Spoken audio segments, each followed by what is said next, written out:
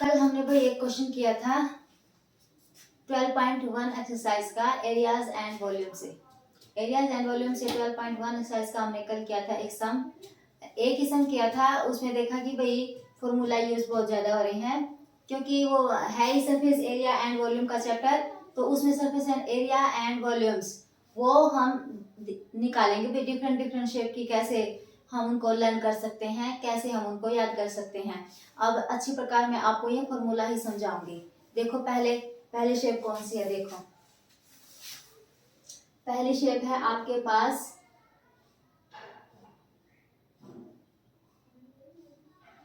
Cube. पहली shape आपके पास है क्यूब। इसको बोलते हैं हिंदी में घन। इसमें देखो भाई, इसमें ये क्या होता है, इसकी साइड्स होती हैं ये, एक ये साइड, एक ये वाली साइड और एक ये वाली साइड, तीन साइड जिस जो कि होती हैं हाइट, लेंथ और ब्रेड्थ। ये तीनों एक जैसी होती हैं। Height equal to length equal to breadth, यानी कि ऊंचाई, लंबाई और चौड़ाई ये सब एक समान होती है। तो इसको हम मान लेते हैं ए। तो घन की तीनों लंबाई, चौड़ाई, ऊंचाई एक समान होती है, तो वो हमने मान ली एक ए, वो होती है हमारी साइड। तो घन की एक साइड होती है ए। यहाँ से घन का वो पूछेगा आपसे कि भाई उसका सरफेस एरिया बताओ। साइड होगी ए, उसका सरफेस एरिया यानी कि अक्षेत्रफल। कैसे निकालोगे, इसमें होते हैं भाई 6 फेस। घन में कितने फेस होते हैं, 6 फेस होते हैं इसके। एक ये सामने वाला फेस है, एक ये साइड वाला फेस है और ये ऊपर फेस है। तीन ही हो गए, एक इधर ये फेस है, एक पीछे वाला है और एक ये नीचे वाला फेस। तीन और तीन हो गए 6 फेसेस होते हैं इसमें। तो आप अक्षेत्रफल जब निकालोगे तो उसमें 6 फेस आ जाएंगे और जो अपना साइड होता है उसका स्क्वायर रहेगा 6a स्क्वायर। सरफेस एरिया क्या रहेगा, 6a स्क्वायर। तो घन का क्षेत्रफल क्या रहेगा, घन का क्षेत्रफल क्या रहेगा 6a स्क्वायर। घन का क्षेत्रफल हो गया, साइड होगी एक। और अब घन का क्या निकालना है हमें, घन का आयतन। घन का आयतन यानी कि इंग्लिश में कहेंगे तो वॉल्यूम। घन का वॉल्यूम क्या होगा, ए क्यूब यानी कि ए की मल्टीप्लाई 3 टाइम्स। ए इंटू ए 1 टाइम 2 टाइम 3 टाइम्स। ए क्यूब इसका वॉल्यूम हो गया, आयतन हो गया कितना, ए क्यूब। क्यूब का हो गया हमारे पास, साइड होगी ए, सरफेस एरिया हो गया 6a स्क्वायर, घन का क्षेत्रफल 6a स्क्वायर और घन का आयतन हो गया a क्यूब, वॉल्यूम हो गया a क्यूब। ये दो फॉर्मूले इसके हैं भाई। इसके बाद आता है अपना अगली जो शेप आती है हमारी, वो होता है घनाभ। क्या होता है, घनाभ।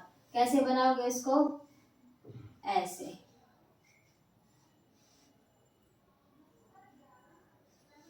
इसको मिलाओगे इससे, इसको मिलाओगे इससे, इसको इससे और ये वाली शेप को इससे मिला दोगे। थोड़ा सा आपका गड़बड़ में बन गया है ये वाली शेप आपको दिखाई नहीं दे रही है। इसको थोड़ा हटा के दोबारा बनाएंगे। देखो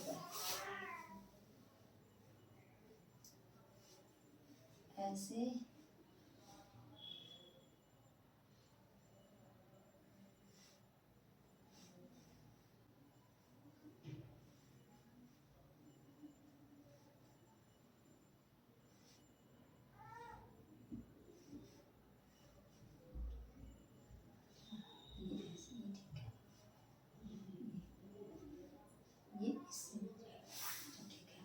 ये हो गया घनाभ। इसमें ये लेंथ होगी, ये ब्रेड्थ होगी और ये हाइट होगी। इसमें क्योंकि ये अलग अलग हैं सारी चीजें, लेंथ ब्रेड्थ और हाइट, मतलब हाइट ब्रेड्थ और लेंथ ये अलग है।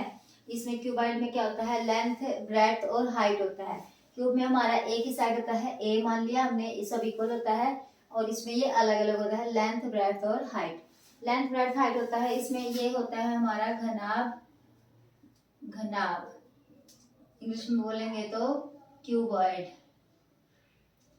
क्यूबॉइड इसको बोलते हैं। इसमें क्या होता है, इसकी जो साइड्स होती हैं वो आपको देखनी है, क्या है, लेंथ एल से लेंगे, ब्रेड्थ बी से लेंगे, और हाइट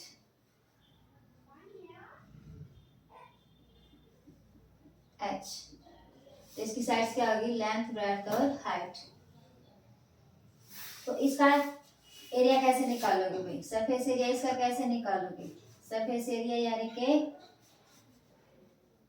अक्षेत्रफल, अक्षेत्रफल कैसे निकालोगे इसका, इसका सिर्फ होता है वही twice of length into breadth plus breadth into height plus height into length, ये इसका सरफेस एरिया होता है। सरफेस एरिया मैंने एक बार लिख दिया है अक्षेत्रफल, वॉल्यूम होता है आयतन। तो आप लिखते रहना अपनी कॉपी में, surface area 2 into length into breadth plus breadth into height plus height into length. उसके बाद इसका वॉल्यूम,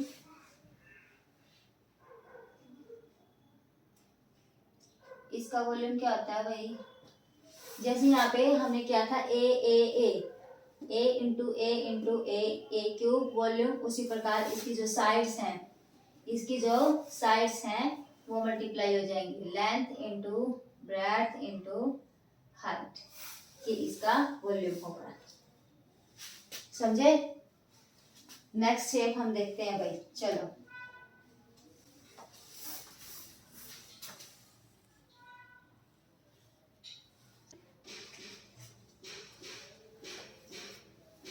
अगली शेप है भाई अपनी cylinder, cone, sphere, hemisphere.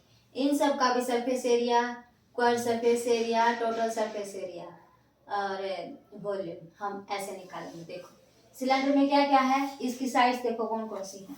Cylinder में एक तो साइड है ये वाली जो होती है इसकी हाइट, और एक ये होता है इसका जो है डायमीटर। क्या होता है भैया, डायमीटर, डायमीटर होता है। और आपको पता है कि भाई जो डायमीटर का हाफ होता है वो रेडियस होता है, तो ये वाली चीज होगी हाफ है जो रेडियस है, ठीक है। डायमीटर का हाफ, रेडियस और ये हाइट, ये चीज होती है सिलेंडर में। सिलेंडर में क्या होता है भाई, सिलेंडर में देखो क्या होता है, हाइट होती है वो होती है h, रेडियस होती है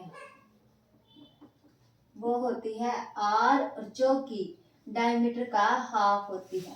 आपको क्वेश्चन में यही दिया जाएगा कि भाई आपको सिलेंडर दिया गया है, सिलेंडर के कार का कोई भी चीज दी गई है, उसका डायमीटर दिया गया है, आपको वहां से डायमीटर दिया गया है आपको, लेकिन आपको फॉर्मूले में रेडियस चाहिए होगा। डायमीटर जब आपको दे देंगे तो आप फटाक से उसका आधा करके रेडियस निकाल लेंगे। तो रेडियस क्या होती है, डायमीटर का हाफ। रेडियस क्या होती है, डायमीटर का हाफ। ये कंप्लीट डायमीटर है और इसका हाफ कर देंगे तो ये रेडियस है। आपको फॉर्मूले में रेडियस चाहिए होगी सिलेंडर की, तो आप डायमीटर का आधा कर देंगे तो आपको रेडियस मिलेगा। हाइट आपको ऐसे दी होगी, ठीक है। तो इसमें देखो भाई हमारा क्या क्या निकलना है, हाइट और रेडियस के साथ। इसमें आपका निकलना है क्वाड सरफेस एरिया। एक तो फॉर्मूला है ये आपका क्वाड सरफेस एरिया, फिर है आपका total surface area, total surface area है, और फिर आपका है वॉल्यूम, फिर है आपका वॉल्यूम। कोर सरफेस एरिया को बोलते हैं कोर, कोर पृष्ठीय अक्षेत्रफल। टोटल सरफेस एरिया को संपूर्ण पृष्ठीय अक्षेत्रफल, और वॉल्यूम होता है आपको पता ही है आयतन। तो कैसे निकालेंगे कोर सरफेस एरिया, इसका कौन सा फेस एरिया होता है भाई सिलेंडर का? 2 pi R H. 2 pi R H. देखो रेडियस और हाइट और 2 पाई, रेडियस और हाइट और 2 पाई। अब आगे देखो टोटल सरफेस एरिया से जब आप कंपेयर करोगे तो आप ऐसे समझ पाओगे कि 2 पाई आर एच क्यों होता है। अब देखो वो होता है 2 पाई आर एच। पर सरफेस एरिया तो होता ही है, प्लस में आप 2 पाई आर स्क्वायर। मैं थोड़ा क्लियर लिख देता हूँ।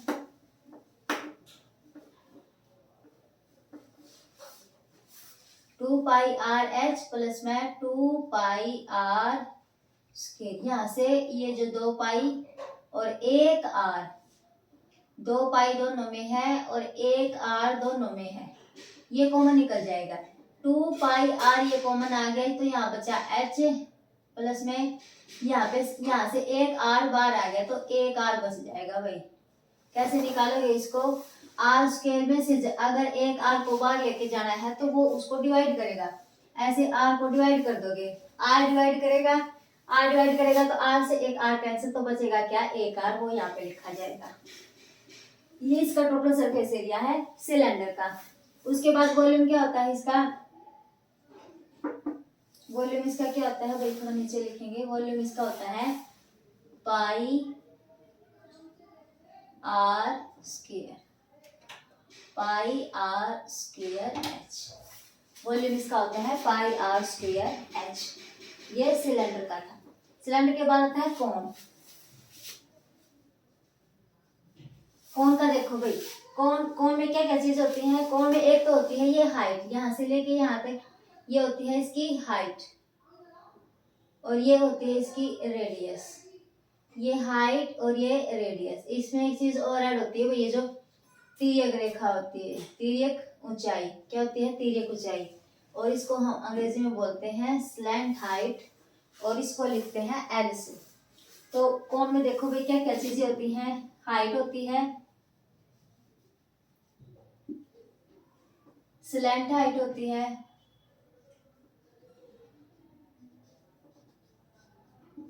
और रेडियस। इसमें भी आप रेडियस का यूज करेंगे फॉर्मूला में, और वो आपको डायमीटर देगा, आपको रेडियस निकालना होगा वहां से। ठीक है, कई बार ऐसे आप रेडियस की जगह डायमीटर ही रख लेते हैं, तो ऐसा नहीं करना है। आपको डायमीटर दिया होगा तो आपको रेडियस निकालना है, जो डायमीटर का आधा होती है। डायमीटर का आधा होती है रेडियस। ठीक है, यहाँ से भाई देखो यहाँ भी आपको क्या निकालना है? सरफेस एरिया निकालना है और वॉल्यूम निकालनी है। तो कौन का देखो भाई, इसका quad surface area, quad surface area, total surface area,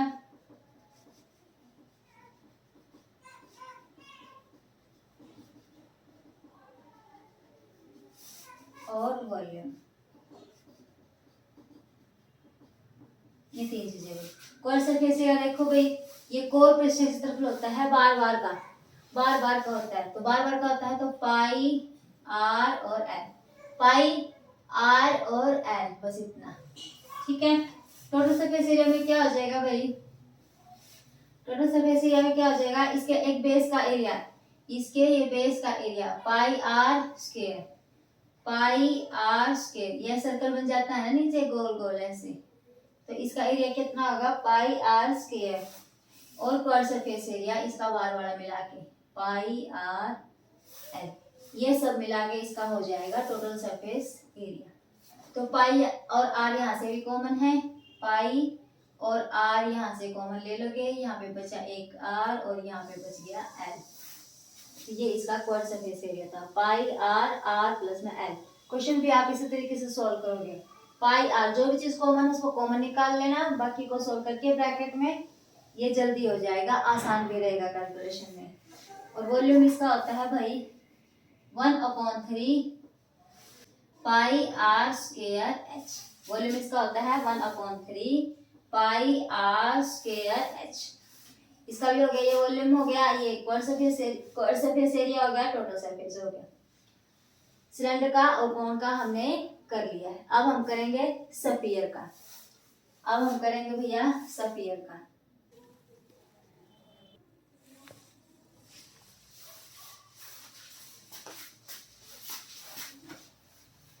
अगली शेप है भाई अपनी स्फीयर। अगली शेप है अपनी स्फीयर और उसका हाफ करने के बाद आता है हेमिस्फीयर। इसको बोलते हैं स्फीयर, गोला, इसको बोलते हैं गोला और इसको बोलते हैं अर्धगोला। इसमें देखो भाई, इसमें सिर्फ रेडियस होती है भैया, इसमें ये होती है रेडियस। ये कंप्लीट जो होता है ये डायमीटर होता है, व्यास क्या होता है, डायमीटर। और ये होती है रेडियस। इसका हाफ करने के बाद जो आती है वो रेडियस, यहाँ से यहाँ तक रेडियस। तो हमारे पास स्फीयर में क्या क्या चीज होती है भाई, स्फीयर में हमारे पास होती है रेडियस होती है। तो यहाँ से आप सरफेस एरिया इसका निकालोगे, वो होगा आपके पास 4 पाई आर स्क्वायर। क्या होगा, 4 पाई आर स्क्वायर। स्फीयर ये सिर्फ एक सर्कल नहीं होता है, ये ऐसे अंदर से खोखला भी होता है। ये स्फीयर आप एक फुटबॉल ले लो, हैंडबॉल ले लो, और ये जो भी है आपकी क्रिकेट बॉल होती है वो भी हो सकती है। वो अंदर से खोखला होता है या फिर उसमें एयर भरा होता है, वो स्फीयर होता है। आप एक सर्कल को स्फीयर से रिलेट ना करें, इसलिए इसका एरिया क्या होता है, 4 पाई आर स्क्वायर। सिर्फ पाई आर स्क्वायर तो सर्कल का होता है, वृत्त का होता है, और यहाँ पे 4 पाई आर स्क्वायर सरफेस एरिया किसका होता है, स्फीयर का होता है। वॉल्यूम क्या होता है इसका, देखो भाई, आपने कोण में देखा था 1/3 पाई आर स्क्वायर। कोण में क्या था, 1/3 पाई आर स्क्वायर एच, वो था कोण का वॉल्यूम, 1/3 था ना। इसमें क्या होगा, 4/3 पाई आर स्क्वायर, सॉरी क्यूब, यहाँ पे क्यूब होगा क्योंकि यहाँ पे h नहीं है, यहाँ पे सिर्फ r ही है, तो r क्यूब रहेगा। आपको मैंने बताया था कि भाई वॉल्यूम में क्या है, हमेशा क्यूब दिखाई देगा आपको और एरिया में स्क्वायर दिखाई देगा। तो ये वॉल्यूम है 4/3 पाई आर क्यूब, स्फीयर का वॉल्यूम होता है। उसके बाद क्या होता है, हेमिस्फीयर। उसके बाद क्या आता है, हेमिस्फीयर। इसको आधा कर देंगे ना, ये हेमिस्फीयर हो जाएगा। हेमिस्फीयर हो गया। हेमिस्फीयर में कवर सरफेस एरिया, इसमें भी जो अपनी साइड्स होती हैं वो रेडियस ही होती है।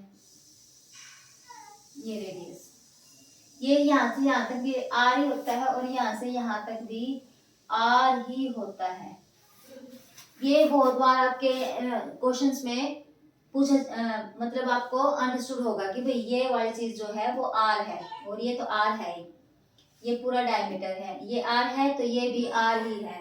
सेंटर से पेरिफेरल की दूरी आर, तो ये आर है रेडियस इसमें। तो इसमें कवर सरफेस एरिया क्या होगा, इसमें एक तो ही होता है भाई ये वाला, क्योंकि अर्ध गोले का है, गोले का अर्ध है, यानी कि इसका आधा कर देंगे तो इसका सरफेस एरिया आ जाएगा।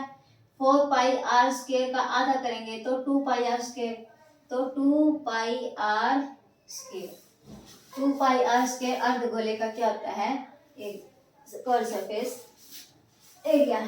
इसमें अगर टोटल सरफेस एरिया आपसे पूछेगा,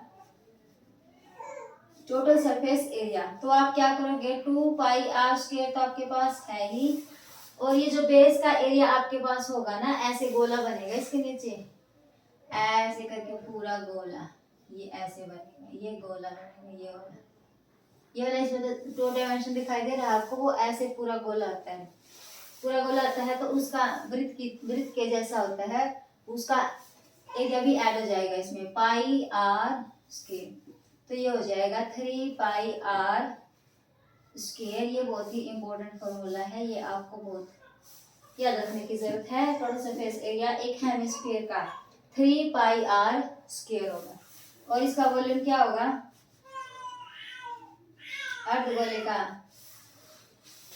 का क्या वॉल्यूम होगा, वॉल्यूम इसका 4/3 है, तो अर्धगोले का क्या हो जाएगा, आधा हो जाएगा 2/3 पाई आर क्यूब। समझे भैया, इसमें एक ये जो होता है पाई आर स्क्वायर, ये आधार का आधार का क्षेत्रफल होता है हेमिस्फीयर के आधार का, हेमिस्फीयर के बेस का, अर्धगोले के आधार का। बेस एरिया ऑफ हेमिस्फीयर क्या होता है, पाई आर स्क्वायर। ये आपसे एक नंबर में पूछ सकता है, एक नंबर में याद रखना इसको, बहुत इंपॉर्टेंट है। Base area of hemisphere pi R square. एक हेमिस्फीयर के बेस का एरिया कितना होता है, pi R square. Total surface area 3 pi R square, 2 pi R square और pi R square. 2 pi R square इसका कंप्लीट और पाई आर स्क्वायर इसके बेस का एरिया, वो ऐड होके बनाएगा आपके पास 3 पाई आर स्क्वायर। ये सब फॉर्मूले हैं, अच्छे से याद करके जाना। अगर क्वेश्चन नहीं भी आता है ना, तो एक फॉर्मूला जो उस क्वेश्चन में पूछा गया है कि भाई फलां चीज बताओ, तो उसका अगर आप फॉर्मूला भी लिख के आ गए ना, तो आपको एक नंबर पक्का मिलेगा। समझे? अच्छे से पढ़ के जाना अगर पास होना है तो।